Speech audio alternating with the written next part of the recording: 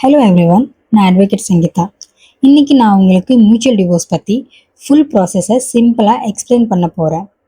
Mutual டிவோர்ஸ்னால் என்ன?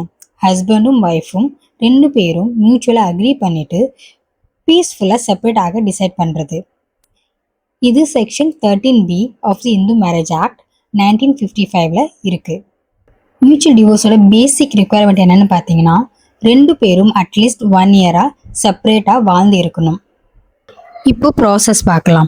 First step என்னன்னு பார்த்தீங்கன்னா, ஃபேமிலி கோர்ட்டில் ஜாயிண்ட் பெட்டிஷன் ஃபைல் பண்ணணும். அதுக்கப்புறம் ரெண்டு பேரும் கோர்ட்டுக்கு வந்து ஸ்டேட்மெண்ட் கொடுக்கணும். இது ஃபர்ஸ்ட் மோஷன்னு சொல்லுவாங்க. யூஸ்வலாக 6 months கூலிங் பீரியட் இருக்கும். ஆனால் சில கேஸில் கோர்ட் அதை வேவ் பண்ணலாம். அதுக்கப்புறம் செகண்ட் மோஷன் நடக்கும். அப்போ கோர்ட் ஃபைனல் டிகிரி பாஸ் பண்ணும். யூஸ்வலாக எவ்வளோ டைம் எடுக்கும்?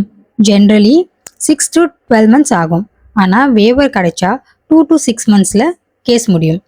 முக்கியமான விஷயம், ஆல்மனி, சைல்ட் கஸ்டடி, ப்ராப்பர்ட்டி எல்லாம் கிளியராக செட்டில் ஆகியிருக்கணும். செட்டில்மெண்ட் ஸ்ட்ராங்காக இருந்தால் ப்ராசஸ் ரொம்ப ஸ்மூத்தாக நடக்கும். மியூச்சுவல் டிவோர்ஸ் பற்றி லீகல் கைடன்ஸ் வேணும்னா நீங்கள் என்ன காண்டாக்ட் பண்ணலாம். தேங்க்ஸ் ஃபார் வாட்சிங்.